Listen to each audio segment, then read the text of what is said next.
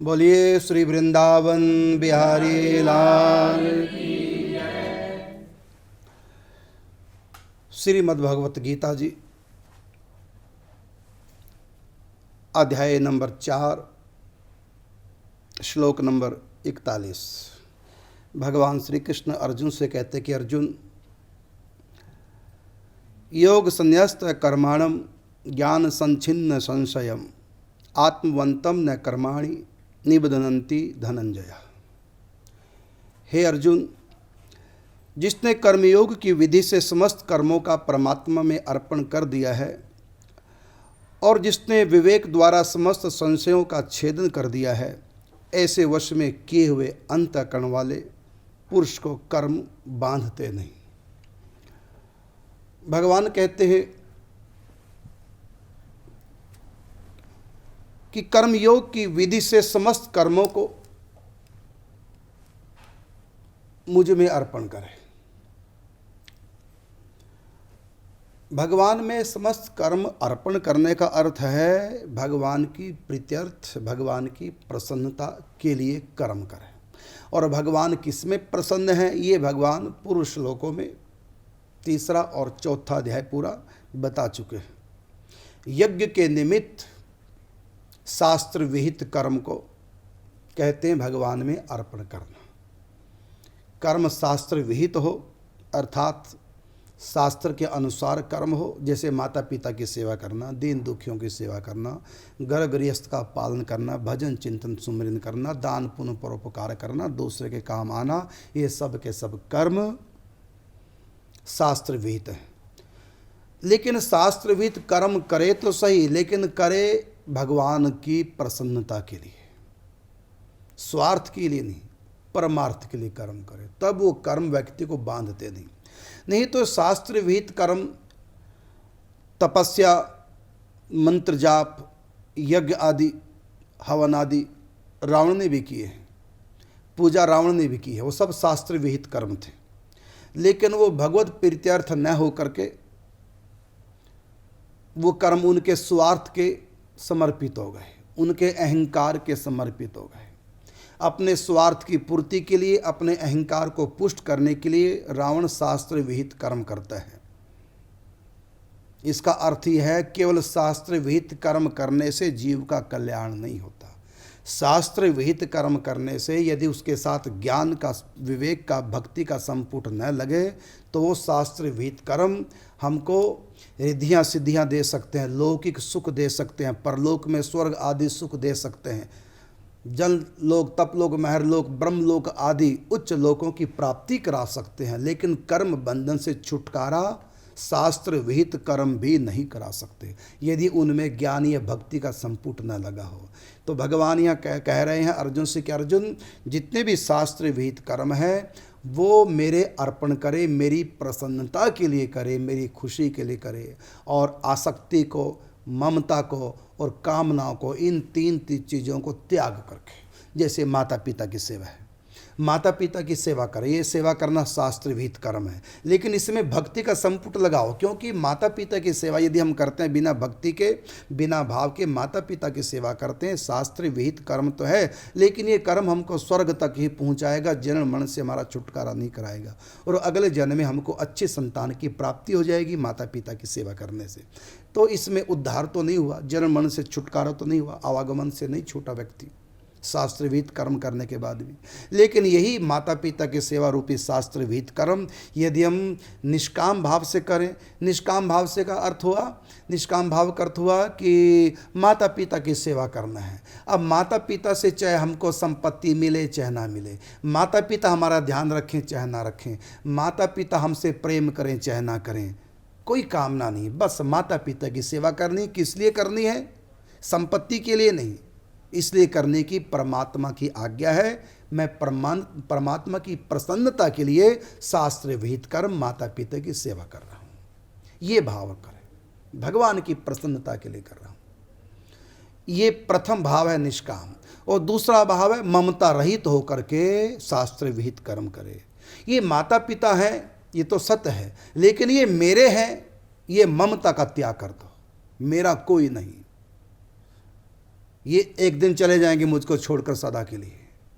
मैं भी एक न एक दिन छोड़ के चला जाऊंगा सदा के लिए। मृत्यु जब आएगी, कोई यहाँ किसी का नहीं है, बस सेवा करनी है परमात्मा की प्रसन्नता के लिए। ये मेरे नहीं हैं, शरीर से पहले भी मेरे नहीं थे, जब मेरा शरीर नहीं रहेगा तब भी मेरे नहीं रहेंगे। ये बीच में एक संबंध जोड़ा है, तो मुझको उस संबंध को ध्यान में रख करके शास्त्र की आज्ञा मान करके प्रभु की प्रसन्नता के लिए इनकी सेवा करनी है। मेरे द्वारा माता पिता को कोई कष्ट ना हो, कोई दुख ना हो, अधिक से अधिक सुख मुझसे माता पिता को प्राप्त हो, ऐसा भाव करके परमात्मा की प्रसन्नता का भाव मन में ला करके तब माता पिता की सेवा करें, ममता को त्याग करके। ये दूसरी शर्त है ममता का परित्याग। और तीसरी शर्त है, पहला निष्काम, फिर ममता, और फिर आसक्ति का भी त्याग करना है। आसक्ति का त्याग का अर्थ होता है मोह, अटैचमेंट नहीं करनी। सेवा करनी है लेकिन अटैचमेंट नहीं करनी है। सेवा पूरी करनी है, उनके जगने से सोने तक ध्यान रखें। यहाँ तक कि रात को बिजली भाग गई, इन्वर्टर भी बोल गया, हम स्वयं जग करके माता पिता के पास खड़े होकर के पंखा करें। सेवा इतनी करो। और ममता, आसक्ति और कामना बिल्कुल मत करो, सेवा पूरी करो। इससे क्या होगा? इससे भगवत प्राप्ति होगी, ये भक्ति हो जाएगी। ये मेरे है और आसक्ति है, ममता है, और कोई कामना भी है साथ में कि इनकी सेवा करने से मुझको संपत्ति मिलेगी, मुझको माता पिता दूसरे भाई से अधिक दे देंगे, ऐसी कामना रख करके, तो फिर इसको सेवा नहीं कहेंगे, इसको स्वार्थ कहेंगे। ये सेवा नहीं, ये भक्ति नहीं है। तो ये कर्म यदि किया हमने शास्त्रवित माता पिता की सेवा, लेकिन कामना को रख करके, तो इसका फल लौकिक मिल जाएगा, माता पिता संपत्ति दे जाएंगे हमको, ये लौकिक फल हुआ। लेकिन परमात्मा की प्रसन्नता इससे प्राप्त नहीं हुई। आसक्ति नहीं करनी, कामना नहीं करनी, ममता नहीं रखनी, मेरा कोई नहीं, मेरे तो गिरधर गोपाल, दूसरों न कोई।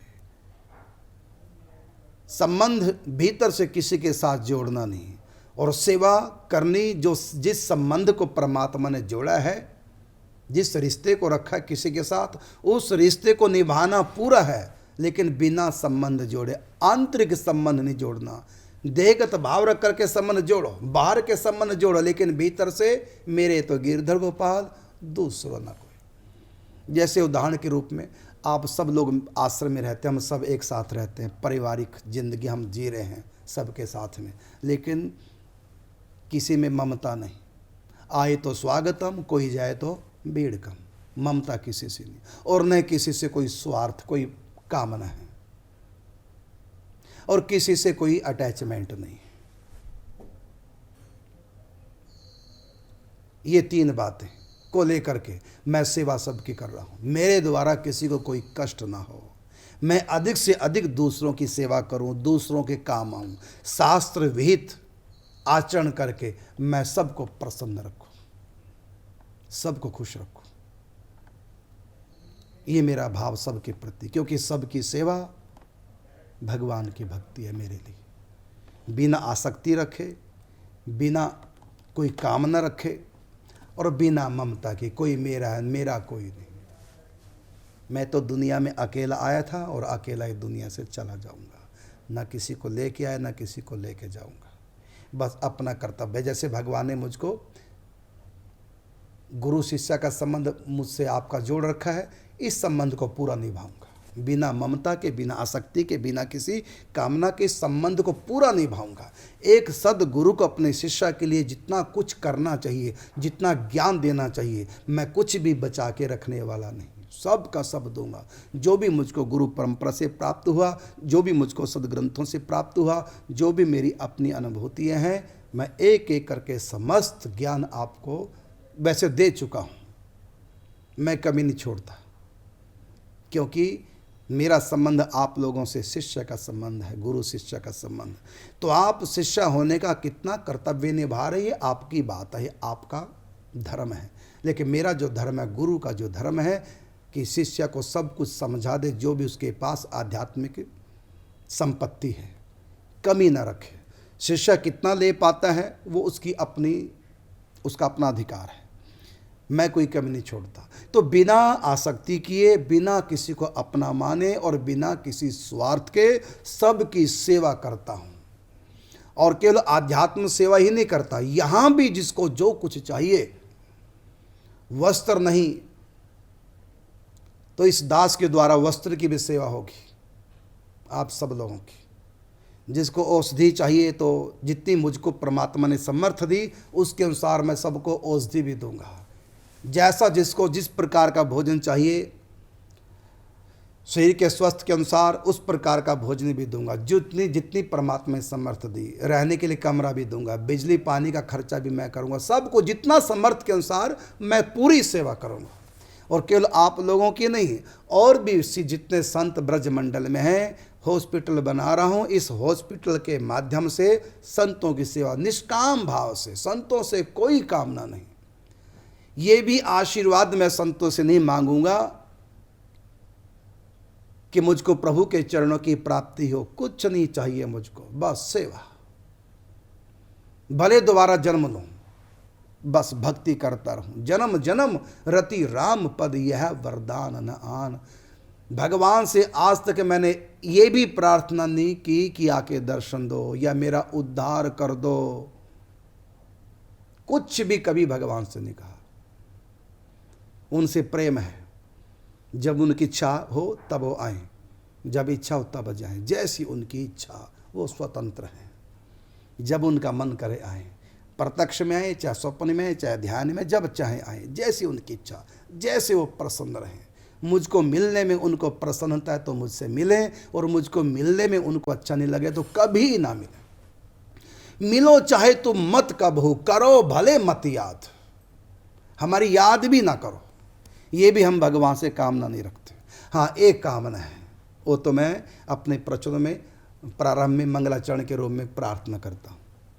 एक ही प्रार्थना कि मिलो चाहे तुम मत कबहू, करो भले मत याद, बस नित्य याद मोकू रहो, क्षण भर जाए न बात।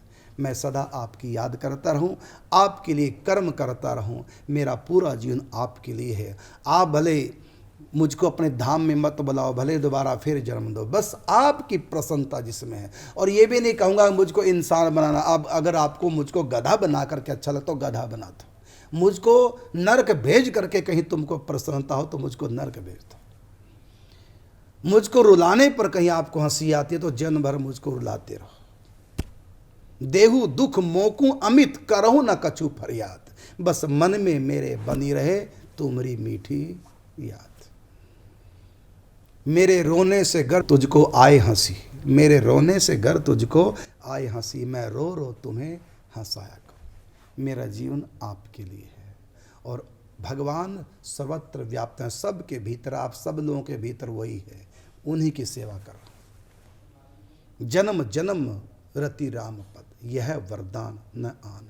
धर्म न अर्थ न काम रुचि, गति न चाहूं निर्वाण, मुक्ति भी नहीं चाहता। वो मुझको धाम में बुला ले नहीं, वो मुझको इसी शरीर से अजर अमर कर दे नहीं। जैसा वो चाहे, अभी भले सिर छूटे, चाहे नरक में डाल, जो उनकी इच्छा। हमारा जीवन केवल कृष्ण के लिए है। जैसा वो चाहेंगे वो करें। गुरुओं की आज्ञा है सखी भाव की आराधना करनी, कर रहे हैं गुरुओं की आज्ञा से। लेकिन भगवान से नहीं कहते हमको सखी बनाओ, जो आपकी इच्छा हो। अगर आपको गधा बनाने में अच्छा लगता गधा बना दो, हम आपके काम आए बस। भगवान से भी कोई कामना नहीं, उनकी प्राप्ति की, उनके दर्शन की, उनके धाम की कुछ नहीं। बस जो संतों ने कहा सो करना, जो भगवान की आज्ञा शास्त्रों में सो करना, बस उन्हीं की इच्छा को पूर्ण करना। और यही समर्थ मांगते हैं प्रभु से, यही चाहते हैं हम सदा आपके काम आएँ। और आप इस जनता जनार्दन में भी आप हैं, आपके सब स्वरूप हैं। सबके भीतर आपको मान करके मैं सबकी सेवा करूं, ऐसा पवित्र निष्काम भाव। तो फिर कर्म बांधते नहीं। जीवन मुक्त व्यक्ति है, विदेह हो जाता है, कर्म बंधन से सदा के लिए छुटकारा हो जाता है, माया छूट जाती है, जीते जियो मुक्त हो जाता है। जैसे भोजन करने के बाद भोजन की रुचि नहीं रहती, इस प्रकार उसकी किसी प्रकार की कोई भी रुचि नहीं रहती। वो पूर्ण काम हो जाता है, आप्त काम हो जाता है, उसको सब कुछ प्राप्त हो गया। जिसको भक्ति प्राप्त होगी, जिसको प्रेम प्राप्त हो गया, अब कुछ भी उसको नहीं चाहिए। परमात्मा की चाहत, उसकी प्रसन्नता की चाहत, उसके चरणों के प्रेम की चाहत में दुनिया की सारी चाहत समाप्त हो जाती है। व्यक्ति द्वंद्वातीत हो जाता है, सुख दुख का उसके ऊपर कोई असर नहीं होता। उसके लिए नरक और भगवत धाम में कोई भी अंतर नहीं रहता। जो आनंद भगवत धाम में है, जो आनंद सखी सहचरों को प्राप्त है, वही आनंद हमको अब भी प्राप्त है। हर समय उसी आनंद में रहते, कुछ नहीं चाहिए। अब तो इंसान बनकर उस आनंद को ले रहे हैं। भगवान गधा बनाना चाहें, गधा बनाकर भी हमको वही आनंद आएगा जो सखियां ले रही धाम में, वही आनंद आएगा। ये मैं अपनी अनुभूति थोड़ी सी शेयर कर रहा हूँ आप लोगों के पास। ना अब कोई बंधन है, ना अब कोई मुक्ति है, ना कोई चाहत है, ना कोई धर्म है, ना कर्म, ना पूजा, ना पाठ, कुछ नहीं है। जो कुछ है बस श्वास श्वास उसकी बंदगी हो रही है। मेरा रोम रोम उनकी भक्ति में लगा हुआ है, उनकी सेवा में लगा हुआ है। इस शरीर के आने जाने से, जीवन मरण से कोई भी अब अर्थ नहीं रह गया। उनकी प्रसन्नता अब भी वही कर रहे हैं। मरने के बाद जो करेंगे, भगवत धाम जाने के बाद जो करेंगे, वो यहीं हो रहा है। भगवत धाम में जो होता है वो यहीं हो रहा है। भगवत धाम में जो मिलेगा वो यहीं मिल रहा है।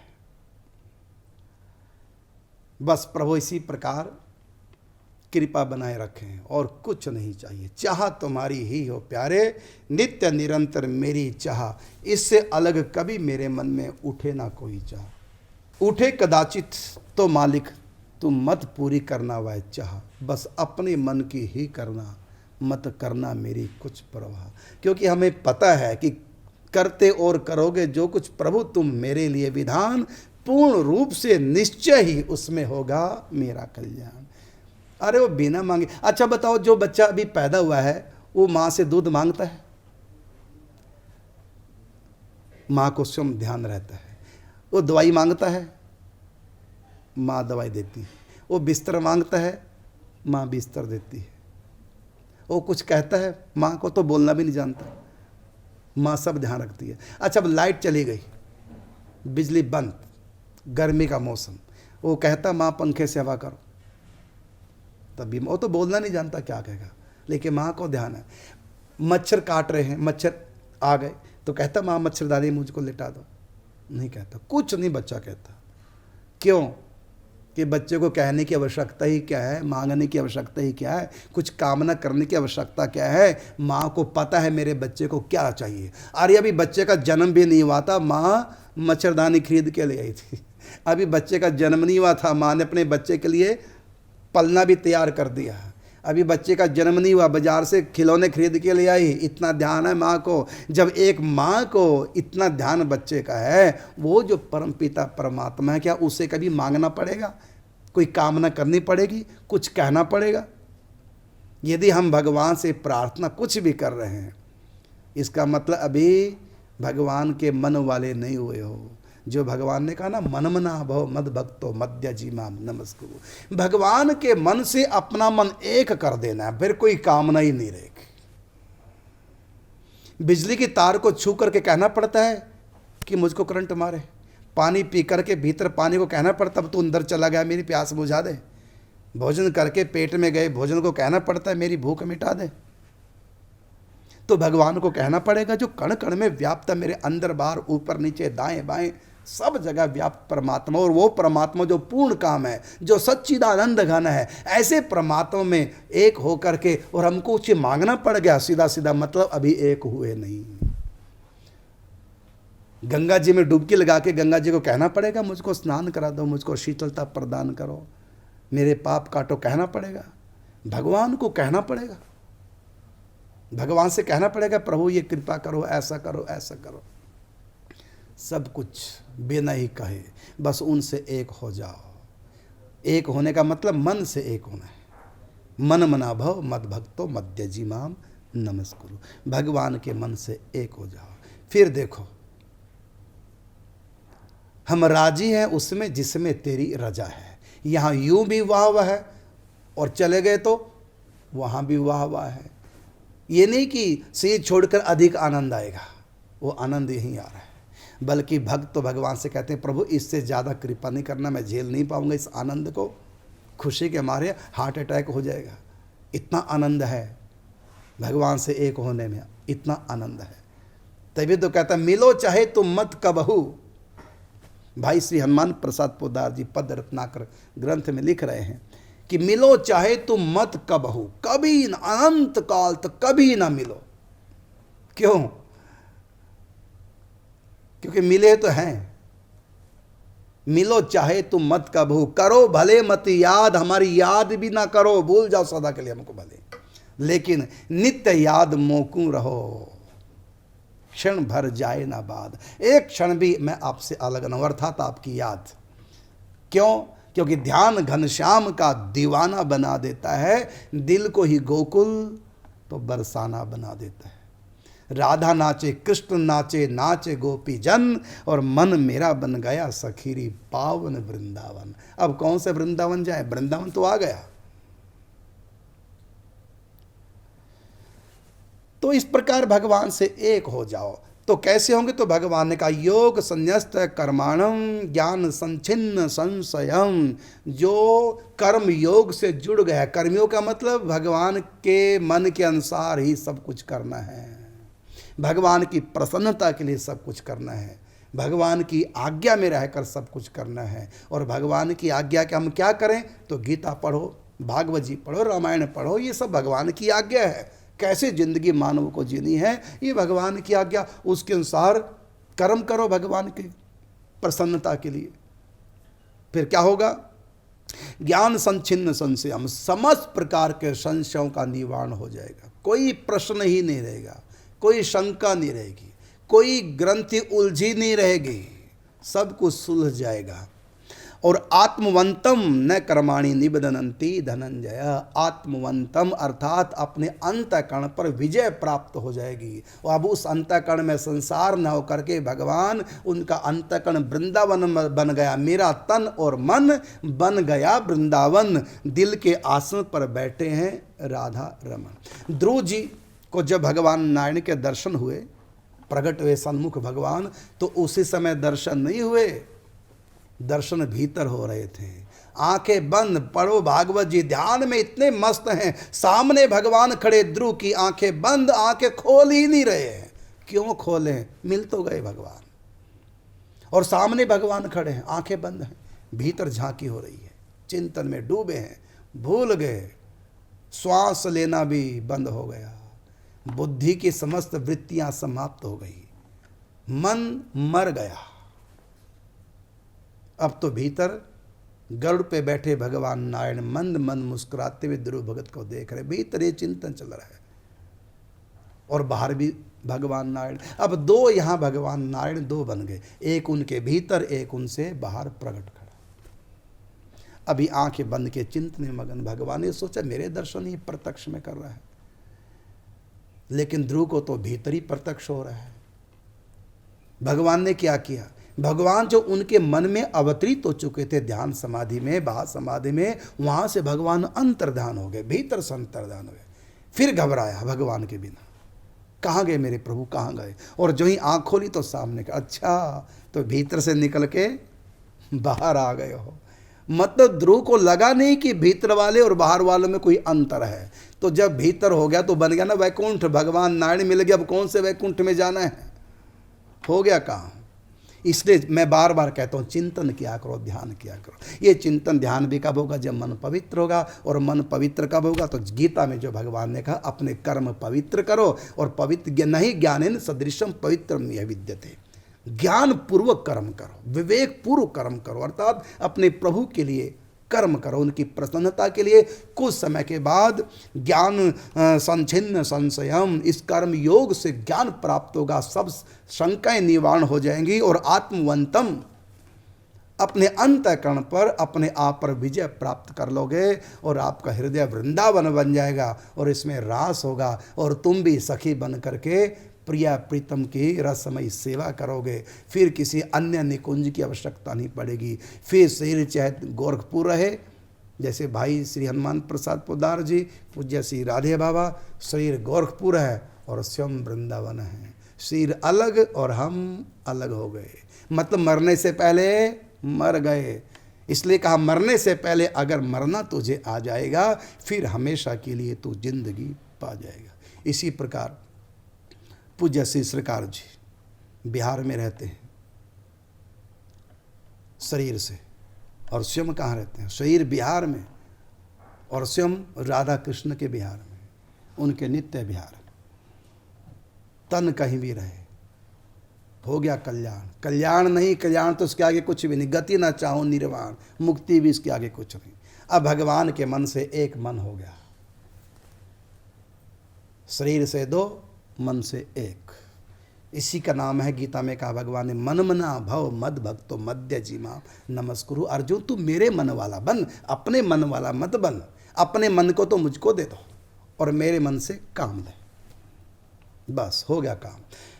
तो आत्मवंतम न कर्माणि निबधनन्ति धनंजय। ऐसा व्यक्ति, ऐसा योगी, भक्त योगी, उसको कोई भी कर्म बंधन में नहीं बांध सकता।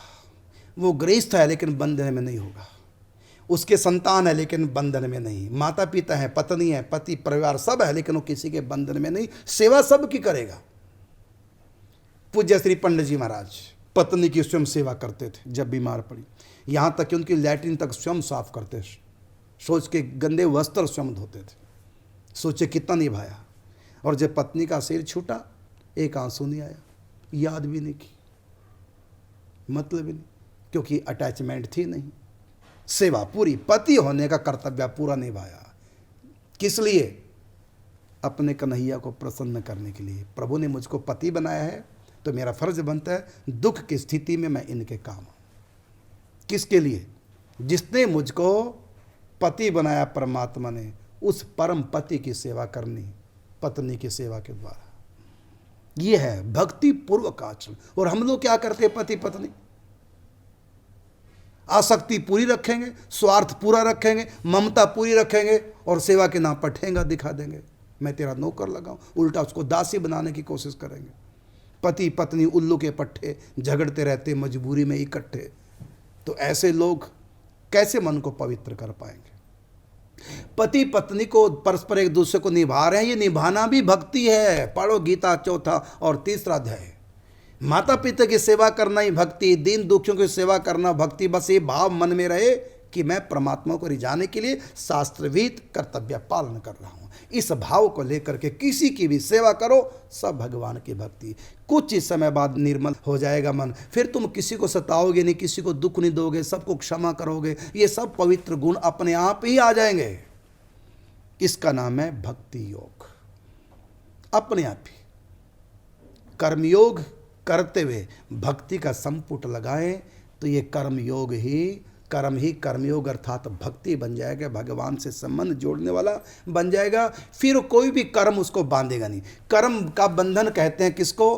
फल से व्यक्ति बंध जाता है। जो भी कर्म करता है उसका फल सुख दुख पाने के लिए उसको स्वर्ग नरक जाना पड़ता है। 84 के चक्कर में सुख दुख भोगने के लिए फिर दोबारा से इंसान बनना पड़ता है सुख दुख भोगने के लिए। यह है कर्म बंधन। कर्म में नहीं, व्यक्ति वैसे आसक्ति वाला कर्म में भी बंधता है लेकिन साथ में उसके फल में भी बंधता है। जैसे शुगर का रोगी यदि चटोरा है तो कर्म में भी बंधा, अर्थात मीठा खा रहा है, कर्म में आसक्ति, खाने में आसक्ति है तो कर्म में भी बंधा है और उसके फल में भी बंधा है। अब शुगर के रोगी को मीठा खाना, फल क्या है? रोग बढ़ेगा, दुख आएगा, तो हो गया। इसी प्रकार यदि शुगर का रोग नहीं है तो हम आसक्ति रखते हैं मीठे से, तो खाते हैं तो उसमें भी आसक्ति रखे, कर्म में बंध गए। और कर्म का फल क्या है? सुख भोगने का फल है पुण्य की समाप्ति। ये होगा तो हम लोग बंधे हैं। इसी प्रकार शुभ कर्म करेंगे, स्वर्ग से बंध जाएंगे कुछ समय के लिए, पाप कर्म करेंगे, नरक से बंध जाएंगे, दुख से बंध जाएंगे। इस प्रकार व्यक्ति पाप पुण्य करता हुआ लौकिक पारलौकिक सुख दुखों से बंधा रहता है, और एक बंधन छूटता है फल भोग कर, तब तक दूसरा कर्म कर लेता है पाप पुण्य, फिर वो बांध के रखता है। और जब तक व्यक्ति कर्मों के बंधन में बंधा रहेगा तब तक उसका उद्धार होने वाला नहीं है। दो ही रास्ते हैं कर्म बंधन से छूटने के लिए, भगवान ने बताया, ज्ञान और भक्ति। तो कहा कि निबधनंती धनंजय, हे धनंजय अर्जुन, फिर वो कर्मों में बंधेगा नहीं, अर्थात नरक स्वर्ग या 84 का चक्कर या बार बार मनुष्य बनना, इन कर्मों के बंधन में नहीं बंधेगा, कर्म के फल में भी नहीं बंधेगा। और अंत में भक्ति का फल मेरा साक्षात्कार और ज्ञान का फल, यदि ज्ञान पूर्व कर्म करता है तो आत्म साक्षात्कार होगा, यदि भक्ति पूर्व कर्म का आचरण करता है तो मेरा साक्षात्कार उसको प्राप्त होगा। इस प्रकार भगवान कर्म का रहस्य तीसरे और चौथे अध्याय में भली प्रकार से समझा करके कहते हैं, योग संन्यस्त कर्माणम ज्ञान संचिन्न संशयम आत्मवंतम न कर्माणि निबधनन्ति धनंजय। शेष कल। जय श्री राधे, जय श्री कृष्ण।